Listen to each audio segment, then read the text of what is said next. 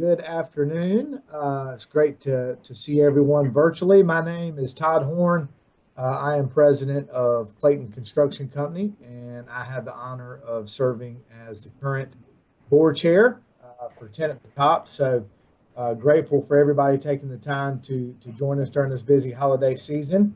Want to give a quick few updates as far as 10 at the top is concerned. This is our final TATT chat for the year. We've been doing these since COVID, and they continue to be a great way to engage with 10 at the top. Some folks don't have time in their schedule sometime to make it to our events, and this is a great way to engage with our organization virtually, and we're grateful for the continued success of these events. This year, as an organization, 10 at the top, we've hosted 98 regional engagements with almost 3,500 participants.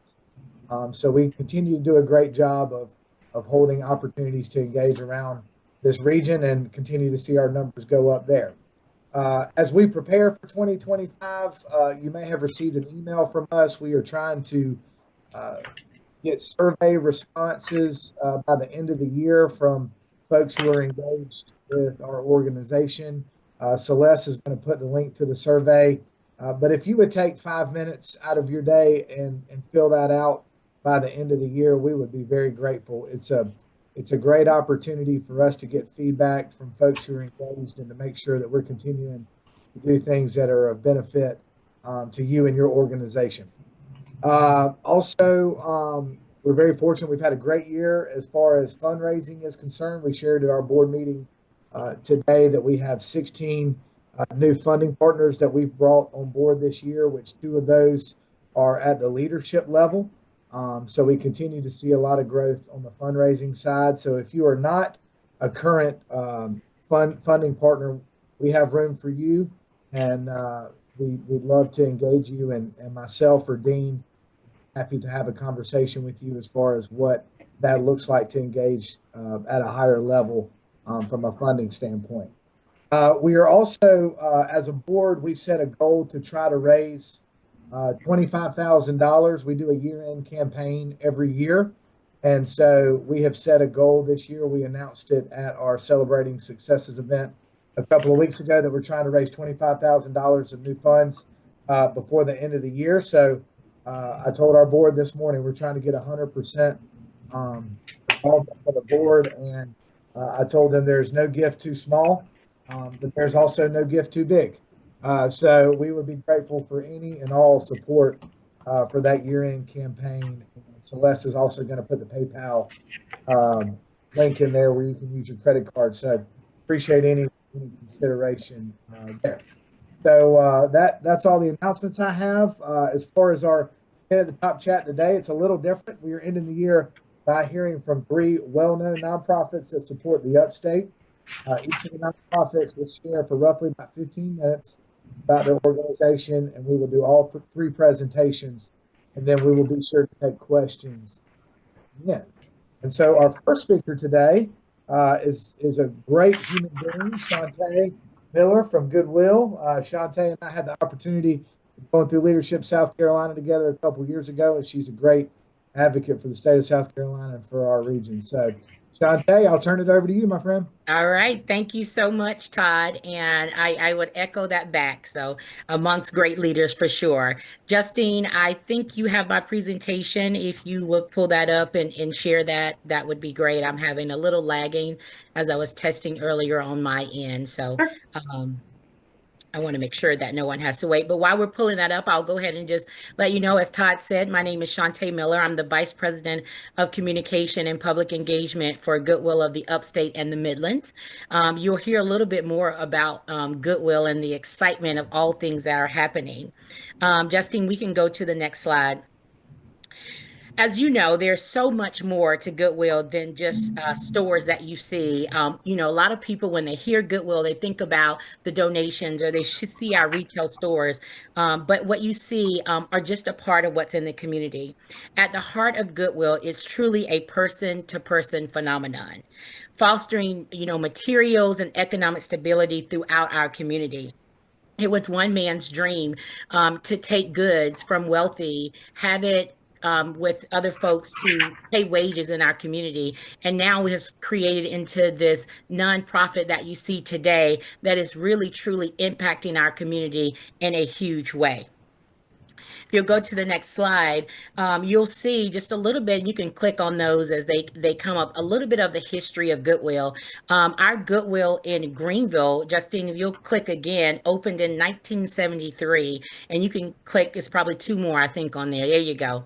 It opened in 1973, was our first store in Greenville. In 2002, we opened our first job connections, which you'll now be hearing called career and training centers. In 2023, last year, we just celebrated 50 years of the Goodwill upstate and the Midlands. As we sit today, we have in 2024, we have 41 retail stores, 23 job connections, four specialty stores, and two community centers, which you'll hear more about in our slides today. So Goodwill really takes a holistic approach when we're looking at our donors who are truly helping our shoppers, who in the end are truly impacting our job seekers. Our philosophy for our job seekers is easy as remembering your ABCs. If you can remember when you first start learning your ABCs, we started by helping people with that intermediate need. What do they need? A job, right? Then in employment stability, we can address a long-term economic mobility opportunity and provide those workers with the skills and training to get a better job. And finally, we stay with them to the next level, moving to their personal and professional development so they can focus on a meaningful career. When job seekers come to Goodwill, it's not just, oh, okay, great, someone's down on their luck, or, someone needs a hand up.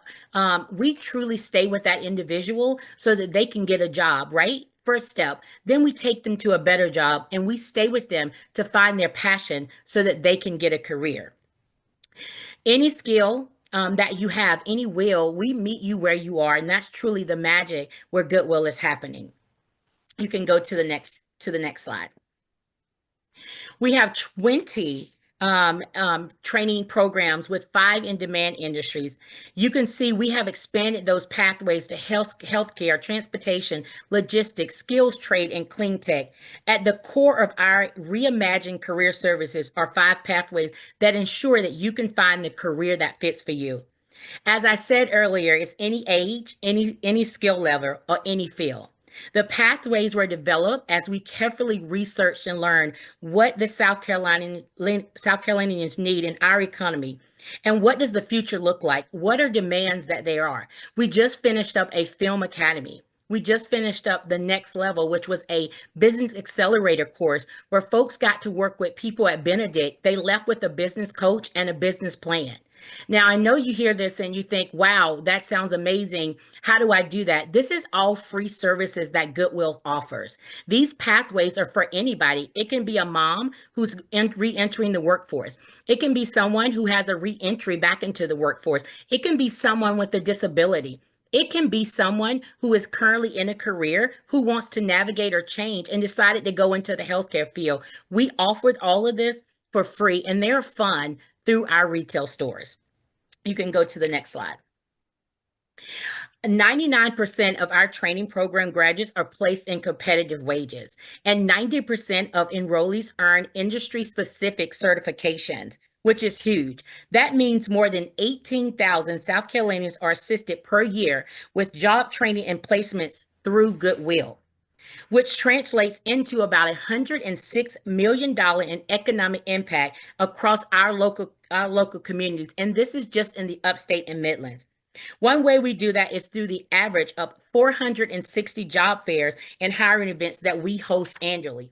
When people think about coming to Goodwill, sometimes they think, oh, you're just going to get a job at Goodwill. Well, that's not just the case. When you come in, we're looking for the right path for you.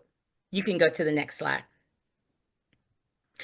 90% of folks who come from Goodwill training certifications complete their program, and then they earn training certificates. What's more than that, they obtain certification in their jobs with a higher average wage than non-certified employees. Last year, 180 people successfully earned certifications through Goodwill. Last year alone, Goodwill contributed over, like I said, $106 million in economic impact by empowering our participants with the knowledge and skills to succeed. We are providing significant workforce development opportunities to those in need. Here's an example of some of the things that we are doing. We offer free career services and access to our community. We want to meet people where they are. We have an Innovate Institute, which is extremely new. We just opened it up and it's in the Midlands. But we had to meet people. We looked at research and we found out that, man, we are missing a gap between that 18 and 36 range. So what do? Right? We created what we call an Innovate Lab. And it's amazing. Everything in there, if you can imagine, when you touch it, you see it. It's all innovative. It's all moving. It's all speaking to you. So we wanted people to come and be excited about learning. We also have what we call Mission Mobile. This is one bus, right, that goes around to opportunity centers, opportunity neighborhoods. Where can we be where we can meet those job seekers to get them the right certification, to get them the right tool, to help them find a job? We work with so many industries. I know we've got a lot of folks from different places on the call. If you are looking for a place where you say, man, we need help, we need more people, try Goodwill. We will create certifications and tons of things that can help you in your organization. But another way you can do that is also by donating and shopping in our retail stores. You can go to the next slide. I talked a little bit about our virtual services. We understand that mobile bus, it can't be everywhere. So what do we do to meet our career seekers? We've come up with a virtual service, which is amazing. Yesterday we were talking about how people get out of the service, and they fought for our country, but sometimes it's hard to take what you've done and then figure out how to put that into a resume. Virtual services help you do that. There's resume writing, there's your elevator speech, there's training on there. You can go right to the Goodwill website, click on our career page, and start your next career there. You can go to the next slide. I think this kind of hit home. Again, a $106 million economic impact is kind of what you see at Goodwill. When you think about, man, oh my gosh, where does Goodwill? Goodwill's gathering free goods and selling them. Most people tell me that all the time since I started working at Goodwill. You got just a glimpse of the magic behind the Goodwill magic. I met a young lady the other day, and Justine, you have to give me like a 1 or 2 because with my time to kind of keep me on track. But just the stories that you can hear from folks who are re-entering into the workforce. A mom who wanted to go back into the workforce who was just newly divorced and had childcare. We eliminate those barriers for childcare, transportation. We help with housing. We help our veterans. We've got so many amazing programs. We also have a program for our elderly or seniors who are wanting to get back in the workforce, all paid for and funneled through grants and Goodwill and the mission. You can go to the next slide. We also have a sustainability effort. So when we think about, man, we are doing some great things at Goodwill, but how are we also being sustainable? How are we helping our community? We kept over 42 million pounds. Yes, that word is right. 42 million pounds of goods per year are diverted from our landfills because of the magic of Goodwill. We are now creating a story just went out. I invite you to visit our blog or our website, or our Instagram and our Facebook, our LinkedIn. There was a story that we are partnering with Clemson to look at pulverizing glass. How do we continue to be good stewards of the things that you donate, and taking that glass and creating brick. Taking that brick to maybe one day create a home. And so those are all things that we constantly look at. What can we do to not only be good stewards of our community, but be good stewards of our environment as well? You can go to the next slide. And you can click, there's a couple of these on there. So again, how can you help us? Oh, that's okay. How can you help us? Access programs and services, refer folks to Goodwill, partner with us on the community service and community events, shop, volunteer, donate your goods. Donations are so important of all we do. I don't know that the slide was in here, but 90% 90% of every 90 cents of every dollar, 90 cents of every dollar funds our mission that comes out of our retail store. That is huge, guys. And I will tell you that you won't find a lot of nonprofits that can say that, but Goodwill can. Donate to our mission. If your company is, having grants or something, let us know about it. If you know folks re-entering, or if you know someone who's at their career and maybe want to start something new, send them to Goodwill. So I invite you to look at our website. Again, I tell you to check out our Instagram, our Facebook. But we are always here. I love Goodwill. I'm excited to talk about it. I hope that you're leaving with more knowledge because that's just a glimpse of the magic behind the blue doors. Thank you, Todd. Thank you, Shante. That was great. Appreciate it. And we'll hold questions to the end. So we'll go to our next speaker, who is Yolanda Campusano with Miracle Hill. Yolanda, we'll turn it over to you.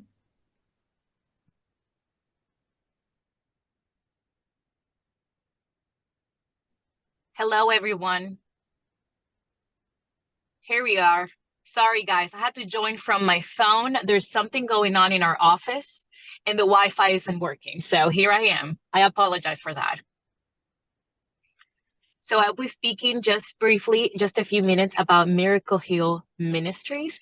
Thank you so much for all that you said about Goodwill, by the way. I didn't know you guys did so much. I'm very, very impressed.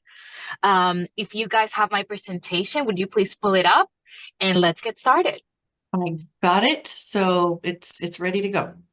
Awesome. So let's put that in. While we do that, let me introduce myself. My name is Yolanda, and I work with Miracle Hill Ministries. I've been with the ministry for over 4 years, and I work in public relations and outreach and communications and everything communications related. So I don't know if the screen is on. I can see you, Justine, but I cannot see the screen. How about with you? Do you want me to tell you what this slide is, or do you want to just? We're not seeing it, Justine. Oh, sorry, let me share. I didn't share. Apologies. It seems like everyone's having just technical issues today. Okay, here we go. All right, we're on the mission page. Beautiful. Thank you so much. I think I'm going to see it.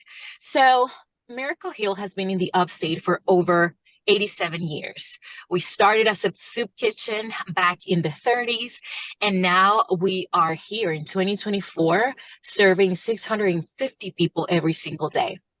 The mission of Miracle Hill, you all can read it. It is to Miracle Hill exists that homeless children and adults receive food and shelter with compassion, hear the good news of Jesus Christ, and move towards healthy relationships and stability. I like to describe this mission as we're in the business of wholeness. If you look up the definition of wholeness, it means one piece, something that is not broken. And I really believe that Miracle Hill helps people be one unit, not broken, and just whole. As many of you know, homelessness and poverty has many tentacles, and those tentacles work in so many different areas of somebody else's life, like mental health, physical health, emotional health, job-seeking opportunities, relationships, family relationships. There's a lot of things that come into place. So Miracle Hill comes to serve in the upstate as a way of people to find that wholeness. How do they do that? So I'm going to describe 3 different things that we do. We do more than this, but basically I want to describe our rescue missions. So we have 4 emergency shelters in the upstate. We have the Greenville Rescue Mission, which is for men only, located downtown Greenville. We have Shepherd's Gate, located in Greenville as well, and that is for moms with children and women.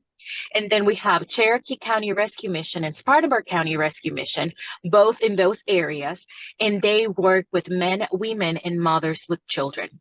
That little R that you see right next to the Greenville Rescue Mission and Shepherd's Gate is because we have a lot of partnerships in the upstate. And one of those is we have these rooms within these 2 rescue missions for people experiencing homelessness that are not as sick to stay in the hospital, but they're not well to be out and about. So in a partnership with New Horizons Family Medicine, we have created these rooms. We have a 24 hours nurse there.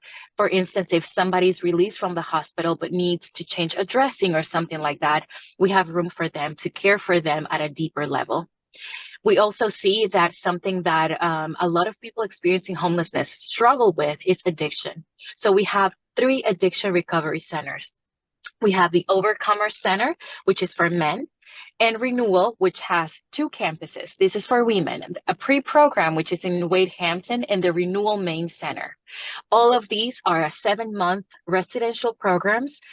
They are free, no cost. Same with our rescue missions.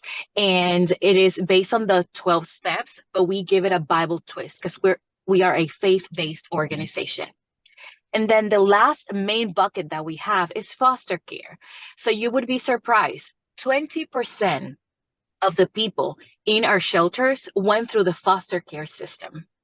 That is a lot, which means that if we can love on these children, sometimes to no fault of their own, they end up in the system. If we can love on them and help their biological parents build that relationship there in a partnership with our foster parents, we can maybe make a difference in the upstate.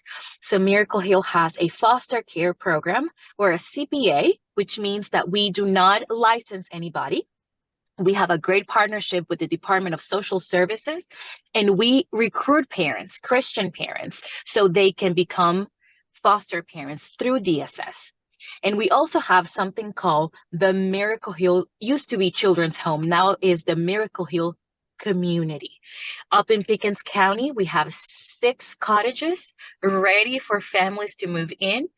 We provide everything for them. We provide rent and utilities and food. They just got to make a commitment to move up there in Pickens County and care for sibling groups, which is the biggest need right now. Justine, we can move to the next one. So those are like the big buckets, as I like to call it. But within those buckets, we have other services. For instance, in our rescue missions, we give counseling. It is more than 3 huts and a cot. It is that walking beside you as you achieve your goals, as you conquer the things that you want in life, whatever that is. We also have a food ministry that provides food. It's like, quote unquote, our Costco for rescue missions and transitional housing and all of that stuff. It's a big warehouse, but aside from serving our facilities, this is open to the public. So we provide food boxes for anybody in the community that is experiencing food insecurity. We also provide prayer and support and counseling. Say you have somebody named Mary. Mary comes every couple of weeks to get a food box. So we sit down with Mary and we say, hey, Mary, let's see what's going on. Why are you coming here? What can we do for you? How can we help you? So that's where the counseling comes into place. We have also discovered that a big part of independence, a big part of coming back to life and stability, that stability path, comes with its challenges once people are able to exit our shelters or addiction recovery programs. So we have 18 transitional houses around the upstate. We provide some form of transitional housing for every single one of our facilities. And that includes living in close proximity to jobs and transportation. You live in community, you have case management, and you have access to a lot of different things. Sometimes people are not ready to leave on their own, to leave on their own. So transitional housing it's a key portion of that stability path. As I mentioned before, we also care for foster children. And this year actually hasn't even been open for a whole year. We have created something called the Family Ministry Center. Another thing that we notice is that a lot of people in our shelters and addiction recovery programs have lost their parental rights. So I don't know if you know, but the whole purpose of fostering is reunification. So in this Family Ministry Center, we have rooms where people get with kids and biological parents can get together and have their visitation. It is supervised in a super fun environment. They can play games and read books, and it's important for them. But we also have classrooms here for the foster families and also the biological families to have parental classes and things that they need so they can go back and get their lives together. This has been a great addition to our ministry. And of course, many of you know we have 8, now 9 actually, thrift stores in the upstate. And we have an auto sales operation. So Miracle Hill Ministries does not take any government funding. So 100% of everything that we have is based on donations. And the thrift stores provide that, a portion of that to us. All the net profits from our thrift stores go back to our programs and services and facilities. That is something that we work very hard on, and we couldn't do it without the support of the community. So that is pretty special to us, to serve in a community that is so humble, so generous and thoughtful with people that are going through very bad situations. May we move to the next one, Justine, please? So within that model that I just presented to you, we have some limitations. So we have put our thinking caps on in our senior leadership with the guidance of the good Lord. We have come up with opportunities for our guests and staff. For instance, one of the things that was a limitation for us was transportation. So you would be surprised of the amount of people that cannot get an ID, even having a stable job and having some time being stable. So that is a big limitation. So we are working in a program called Bridge to Wheels. And it's very simple. Bridge to Wheels, this is a partnership with the MICA group, which is a mentoring group, financial mentoring group, and also a credit union. We have come together with them and we work with people that want to get a vehicle, they want to drive, and they help them get their ID, get their paperwork in place, save money, and have enough to purchase a vehicle. And they take the responsibility if the person doesn't pay. So it is a big opportunity for people because there's a lot of jobs around the upstate. But if you don't have transportation, that could be pretty difficult. So that is one of the programs that we have turned to help and create new opportunities for the guests that we serve. We also have a career progression plan to help people go from being a guest in one of our shelters to move into more education, more training, more experience. In fact, I mentioned that we have 9 thrift stores and an Auto Works operation. Right now, we're getting ready because that Auto Works operation, which is like an auto sales, right? Job, it will turn into a full auto shop. So our people exiting our shelters will be able to learn the trade, learn how to work on cars, become mechanics, and that will open up opportunities for them to go to the motor mile and work. We have a beautiful internship program for people exiting our shelters and programs as well. So it is very special for us to go, instead of wider, go deeper into the lives of the people we serve. And then finding a job, as my colleague before me said, can be challenging. So we have a staffing agency. We're trying to give people the opportunity to get a job. It is very difficult. Say you have a record or you're covered in tattoos and stuff like that. Those can be limitations when looking for a job.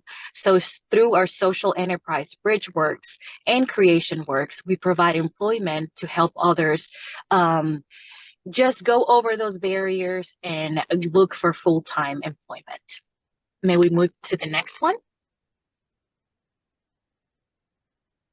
Yes. So I'm not gonna say much about this. You have the numbers on your screen, but this is the amount of people we have served in the last fiscal year. So this data is from July 2023 till July 2024. That is our latest data. If you cannot keep anything from this, keep this number. Every single night at Miracle Hill Ministries, we serve 650 people, 3 meals a day, and this includes our foster care. And when the temperatures drop 40 degrees or lower, we open the gym in all of our rescue missions. We open our severe weather shelter. So everybody in the community, no questions asked, can just come in, have a shower, have a hot beverage, eat, and sleep well and safe. May we move to the last one, please? And I just want to end up with this. We have a community just like you. I know there are so many partners in this call, and we're very blessed to have you. If you want to get involved, we always talk about your time, talents, and treasures, right? Many people think money is what you can donate, and it is beneficial for sure because we don't take any funding from the government. So donations are very important to us. But you know what's also important for us? Mentoring and investing your time in the people.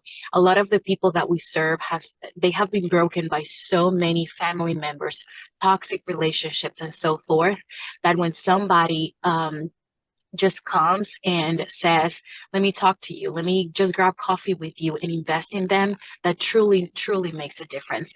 I just saw that somebody said that we opened an upscale boutique. Yes, we did. Yes, we did. So our 9th thrift store is an upscale boutique in Simpsonville, and it's going pretty well. I don't know. I can't read the messages, but yes, thank you for reminding me of that. So this is us. This is Mayor Shoemaker, and I just put on the message that you just opened that, and that grand opening was the biggest grand opening I have ever been to. Praise the Lord. Thank you for being there. I didn't know it was you. It's so nice to see you. So yes, it was a big, big day. We have received an enormous amount of support from the Simpsonville community. In fact, just so you know, we have 9 thrift stores, most of them in the Greenville-Greer area, and most of our donations come from the 29680 zip code. So it was a no-brainer when we decided to go and open that store. So thank you for your support. Okay, guys, this is it. Miracle Hill. I hope you can get involved in any way. miraclehill.org. Our events are there and everything related to what we do. We love our community and we love opportunities like this because we get to say thank you. More than anything, thank you. And remember, we're in the business of wholeness, making people just go from being broken into several pieces into one unit. Thank you so much for your time. Thank you so much, Yolanda. Appreciate you and appreciate all the great work that Miracle Hill is doing across the region. So thank you for presenting today. All right, our final presentation today comes with Major Christine Harris with the Salvation Army. We'll turn it over to you.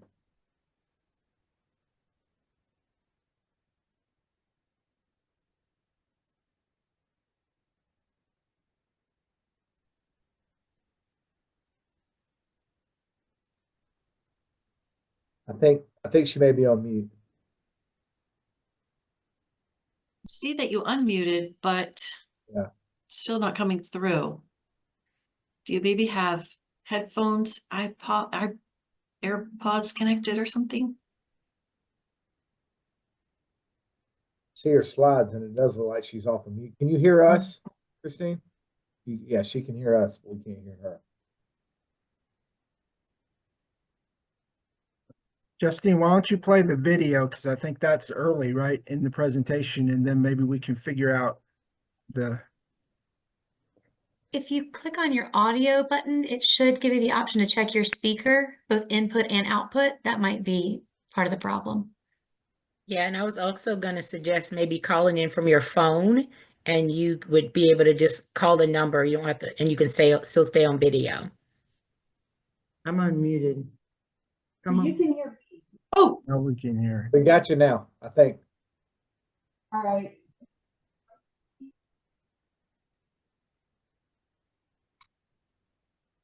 Give me 1 second.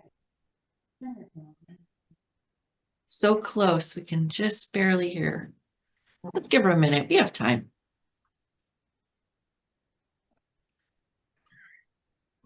How's this? Oh, Can you hear me? hello. Oh.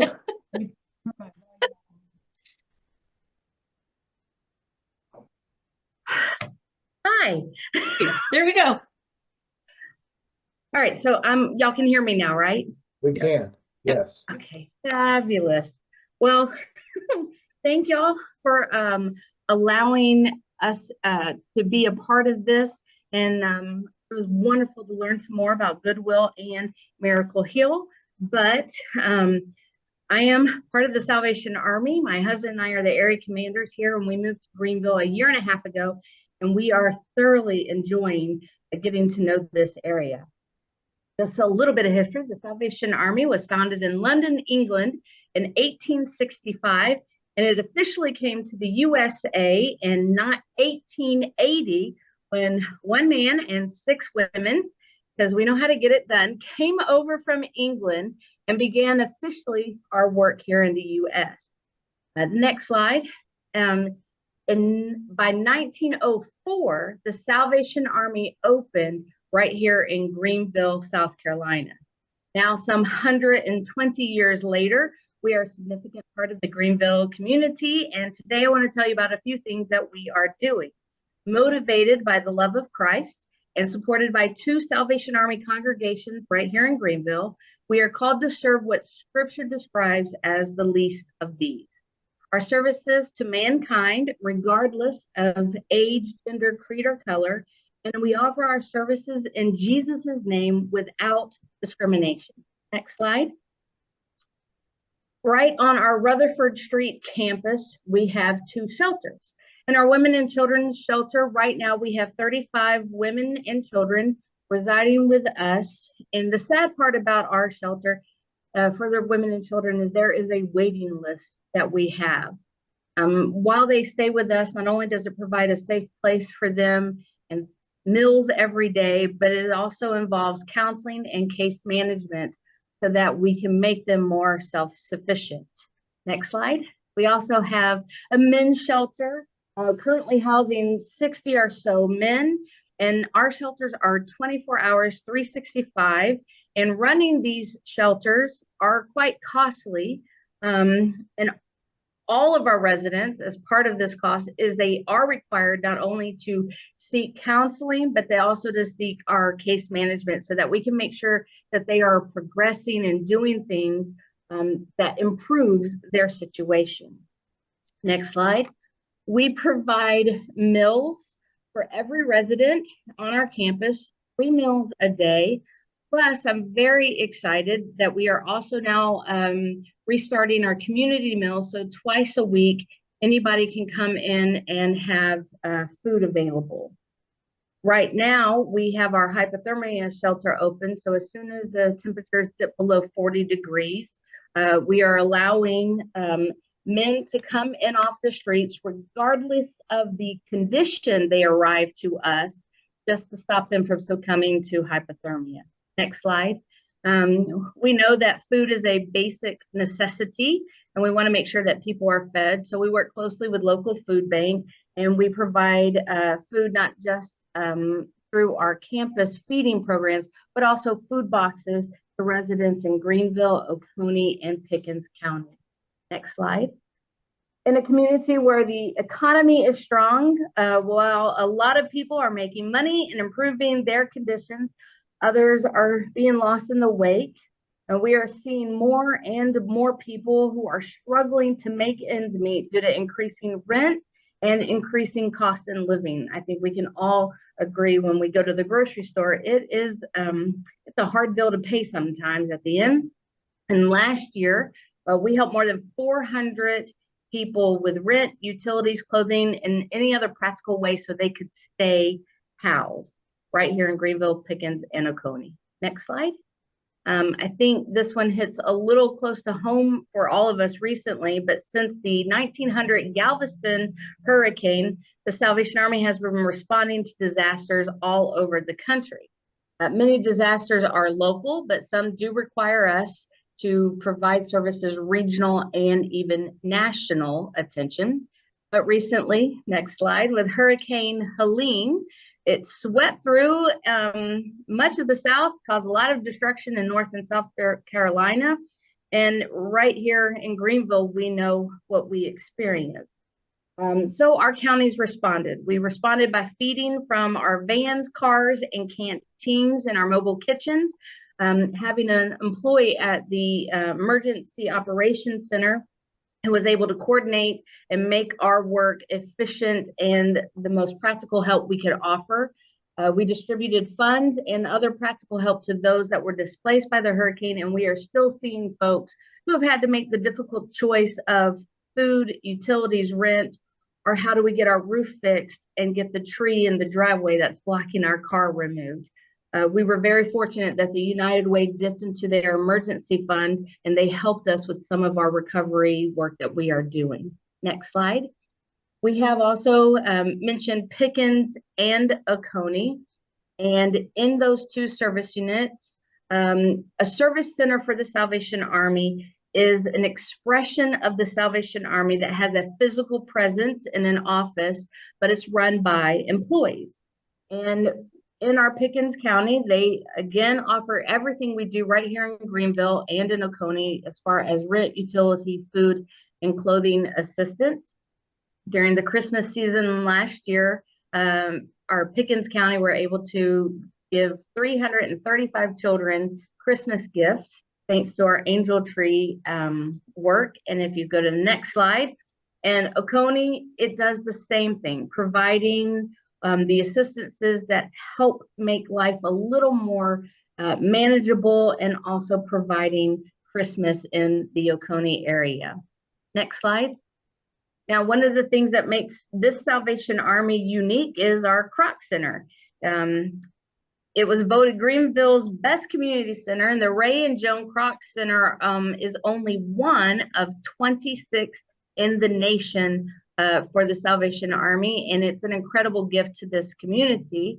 And while you can go to the next slide, this slide talks about the many things that are offered at our Croc Center. It doesn't mention a few things that I want to point out. We also have a tennis center, which has hardened clay courts, which is great. We have a floodlit soccer field, which is also amazing, but is having to be redone thanks to the flooding and the damage that has occurred.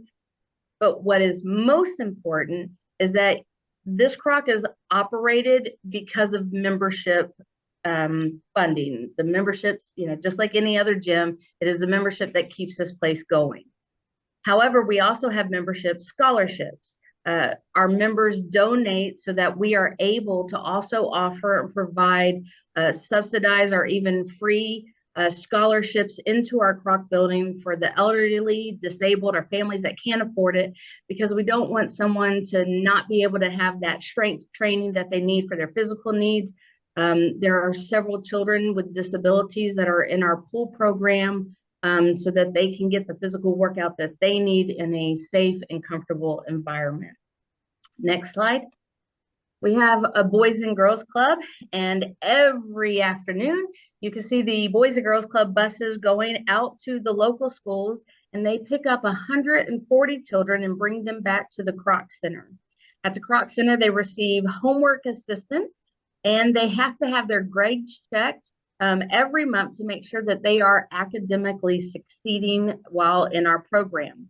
Once their homework is done, though, they are able to participate in other educational and recreational group activities. And I'm most excited about the STEM program that we started last year to help them expand what they think they are able to do or the career possibilities that they have. And they are a loud but wonderful group of children at our Croc Center. Next slide. We are in the middle of Christmas, and Christmas in the Salvation Army is very busy. By being able to do this meeting, I got a small breather break this afternoon, but we have our kettle program. I apologize now if you're still hearing bells in your sleep as you walk by, but that is our #1 fundraiser for us for the year. That is what helps us fund our feeding program, our utilities program, rent, helping us with the shelters, along with some of the grants that we are able to apply for. Next slide. This year, we are hoping to raise $350,000 so that we do not have to cut back or stop any of our programming. And one of the things that we love about our kettle efforts is that 100% of those dollars that are donated in the kettles stay right here in our area. Pickens and Oconee, those two service centers, they also have their own kettle program, and all that they raise stays in their county program as well to allow them to do what they do. Next slide. One of our favorite things, or maybe I should say my favorite thing during Christmas, is our angel tree program. In September, our families apply online, and once they are approved, You've maybe seen them hanging on trees, or your company has picked up a bunch. And it is a very multi-week inducing task, as we are so appreciative of the community that sponsors each of these little angels, brings back the gifts. And then we also have efforts with the Toys for Tots and our Marines, who purchase extra gifts for us, so that any angel that was not adopted or maybe returned, we can still make sure that they are provided for with Christmas. Our goal is every child that walks out receives at least a new outfit and a minimum of 4 toys each, so that they experience what all other kids experience, Santa bringing those things under the Christmas tree Christmas morning. Next slide. These are our stats for last year. I don't have to read them all off to you, but these are the services that we provide and the families and the individuals that we were able to help. Next slide. Right now, we are in the middle of a 16 million capital campaign, Rebuilding Hope and Restoring Lives, for our shelter campus. Out of that 16 million, we have 6.8 left to raise. You can go ahead to the next slide. The total project is 16 million. We have out of that 60 million is a $2 million endowment that will help us maintain operations and maintenance on this. So we still have a little ways to go before we are at our complete and we can start breaking ground. But this will provide so much more for what we offer for the community. To revitalize our shelter campus, offering new programming. We have a small transitional housing program right now with our men, but this will expand it and allow us to work with folks over a longer period of time in order to help them reach self-sufficiency and to be able to step out of our doors as others do and make it on their own without needing to come back for our assistance. Next slide. And the thing that I'm most excited about is right now when you walk onto our campus, the men have to go in one shelter and our women and children go into another. And so we have to make special arrangements with our on-campus pastor who opens up the church so that families can have meals together, so that parents can do homework together. But with this new facility, families get to stay together as a unit. Now, normally, my husband is the one that speaks at these things because this is not my forte. And so to have him contribute, I would like, this is my husband, by the way, and here's one of our commercial spots. William Booth, the founder of the Salvation Army, once said, "I can assert in the most unqualified way that it is primarily and mainly for the sake of saving the soul that I seek the salvation of the body." It's not playing the sound now? I heard it. You did? Yeah. People are hearing it. Yeah, we hear it. Yep. Okay, good. Okay, we'll start over, and I guess you've already heard this, so you're you can tell them everybody else got to hear it, but you. All right, here we go. William Booth, the founder of the Salvation Army, once said, "I can assert in the most unqualified way that it is primarily and mainly for the sake of saving the soul that I seek the salvation of the body." We want to prevent people from falling into evil. We want to prevent people from falling into vices and addictions. One way we do that is through our diversion program, a program where we help families who are struggling with rents or utilities. We help them if they need a box of food, if they need clothing on their backs. Last year, 39,918 people were helped by way of our diversion program. That's 39,918 souls that God cares about. Do you?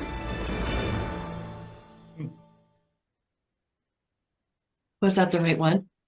That was. I just want to make sure he was a participant, and for some reason we couldn't hear the video, but we got it working at the end. Anyway. Okay, good. I saw your face and I thought, is that the right one?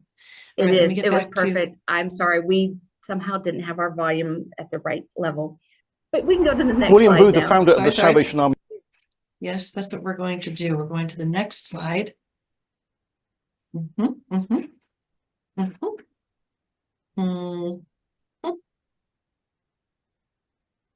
I'm working on it. We're going to stop for a minute so I don't.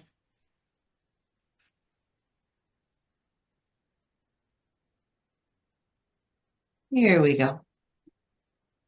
Okay, coming. Here we go. Yay! This is just a small fraction of how you can help.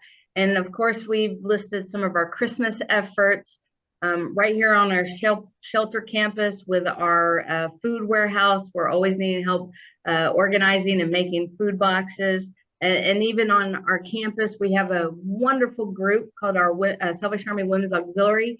And they are here on our campus a lot, providing mentorship and doing special things for our clients.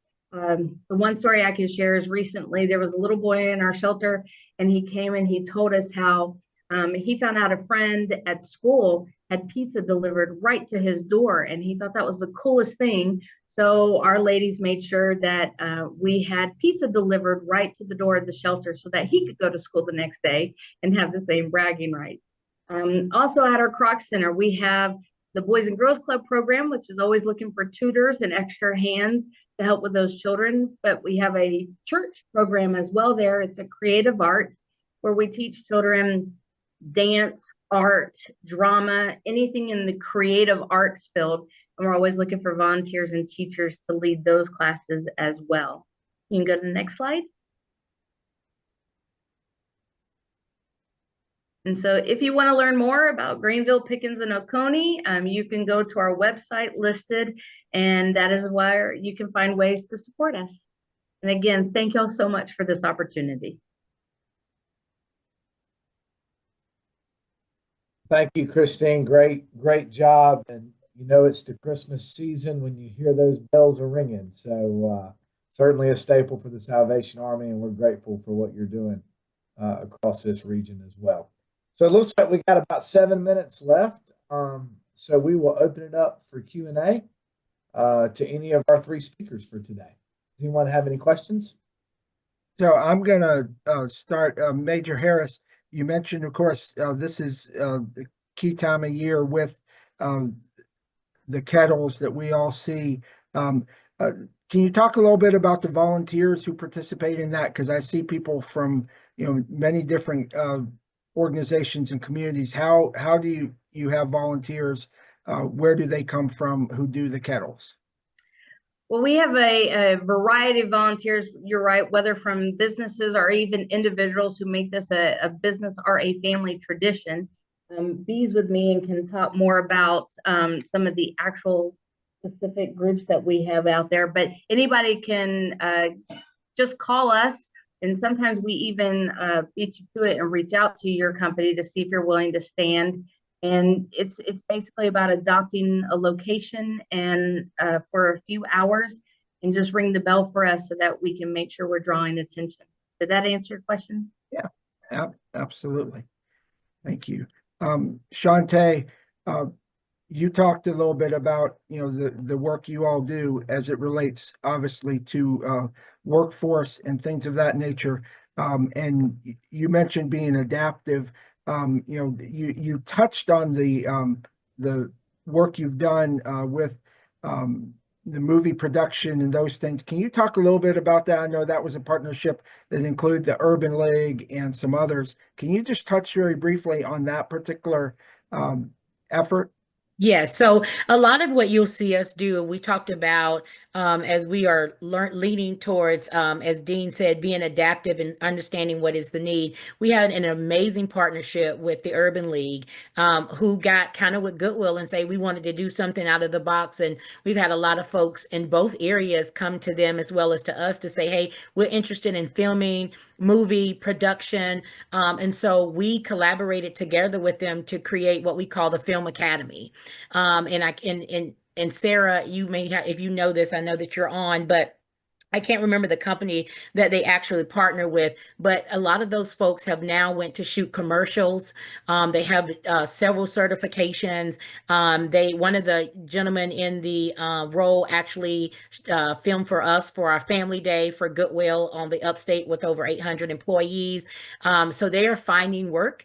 One of the things, as Dean mentioned before, is that when the person goes through a Goodwill, we stay with them to find them. If you remember me talking about the ABC see until they find the career that's right for them.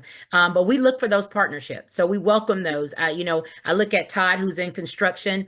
I will tell you that, we will be launching clean tech, which we're going to get into EV and certification with heating, air pumps, working on electrical vehicles. That's what's next out the gate for us.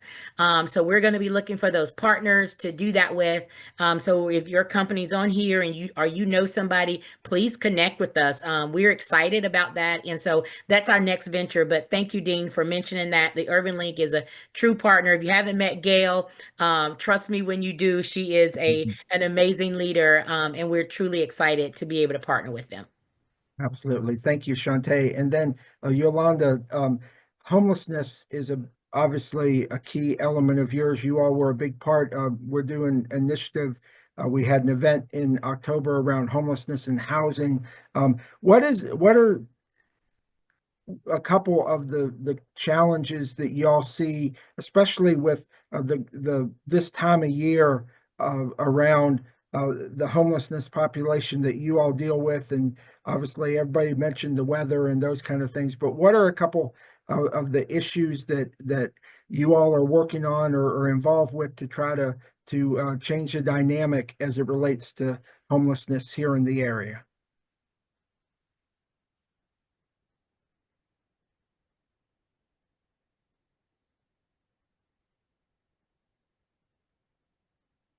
Did we lose Yolanda? I see her on.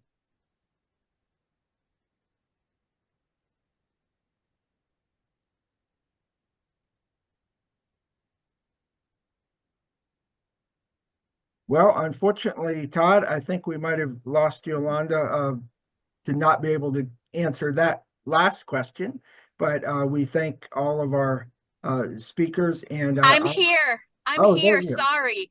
Okay. Zoom is not working with me today. I'm so sorry. Well, did you hear my question? Barely. Can you repeat it, please? I will repeat at least a portion of it because it took me a few minutes to say it. Homelessness, which is a big issue for you all. What is an area or an element of homelessness that you all are working on, to try to reduce homelessness here in the upstate? Well, creating awareness is one of the things in education that we love doing. We think it's very important in the upstate. So for sure, letting people know that homelessness is not something that can happen to a few people, but anybody. We're just one decision away from ended up being homeless. Same with young people. Addiction takes you down this rabbit hole and you will end up in one of our shelters. So for sure, awareness and education is something very big. And of course, bringing people into our mission so they can see firsthand what it's like. We have come to know the most precious, intelligent people in our shelters.